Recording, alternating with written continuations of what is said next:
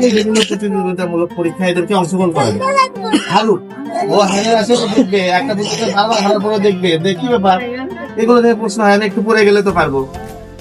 যত প্রতিযোগিতা থেকে দূরে রাখবেন এই সন্তানদের ভবিষ্যৎ কিন্তু এই শুরুতেই মানে ঠিক হয়। অনেকে বড় পড়াশোনা করে 6 থেকে 10 পর্যন্ত।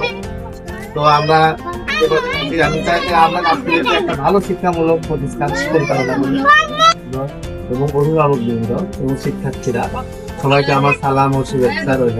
আসসালামু আলাইকুম। তো আমি ছোট বাবুদের প্রতিষ্ঠান এটা আমরা অনেক আগে থেকেই দেখি। আমরা ছোটবেলায় এই স্যারের কাছে আমরা পড়াশোনা করছি। তো মূল কথা হচ্ছে আমাদের শিক্ষার্থীদের জন্য প্রায় 1 যুগ ধরে স্যার কাজ করে যাচ্ছে। আমিও কিন্তু তার একজন শিক্ষার্থী, আমিও কিন্তু ভালো প্লেসে আছি। তো তোমরা আশা করি স্যারের নির্দেশনায় স্যার সবসময় একটা জিনিস শেখানো আমাদের, সেটা হচ্ছে ধৈর্য এবং সহনশীলতা নিয়ে যে জীবনে এগিয়ে চলা এবং সবকিছুতেই কি নিজের স্যাটিসফ্যাকশন রাখা। স্যার কিন্তু আমাদের জন্য এই ক্ষেত্রে একটা মডেল হিসেবে কাজ করে। আমরা অনেক সময় অধৈর্য হয়ে যাই, তখন আমরা স্যারের দিকে লক্ষ্য করি। তো আমাদের যারা শিক্ষার্থীরা আছো, তো তোমরা কিন্তু ক্লাসে পড়াশোনার পাশাপাশি শিক্ষকের যে উপদেশমূলক কথাও বলে এগুলো একটু লক্ষ্য রাখবা। তো স্যার আমাদের কিভাবে মানুষের সাথে বলে, কিভাবে মানুষের সাথে চলাফেরা করতে বলে, কিভাবে বাবা মার সাথে ভালো আচরণ করতে বলে।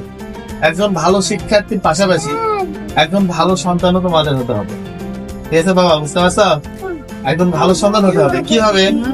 কারণ তুমি একজন ভালো শিক্ষার্থী, একটা জিপিএ 5 পারলে একটা অনেক ভালো কাজ করলা, কিন্তু একদিন তোমার আম্মু বলতেছে বাবা বাসায় মানুষ আছে, তুমি একটা জিনিস নিয়ে আসো বাজার থেকে।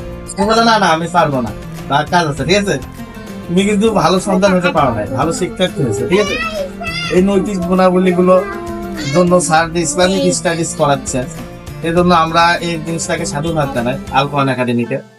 আল কোরআন একাডেমিতে তোমরা ইসলাম শিক্ষার পাশাপাশি জেনারেল শিক্ষাও পাচ্ছ এবং মানবীয় গুণাবলীটা পাচ্ছ, যেটা আমরা স্যারের সান্নিধ্য থেকে অর্জন করতে পারছি। তো আমি আল কোরআন একাডেমির সামনে উজ্জ্বল ভবিষ্যৎ কামনা করি এবং তোমার পরে সন্তানকে অনেক মারধর করে। এই যে আসলে ছোটবেলা থেকে সেই পরিবেশ তাকে দিতে হবে আর সৃজনশীল বুদ্ধি দৃষ্টির বিকাশের জন্য সুযোগ করে দিতে হবে। যাই হোক, আপনারা আমাদের প্রতিষ্ঠানের জন্য দোয়া রাখবেন।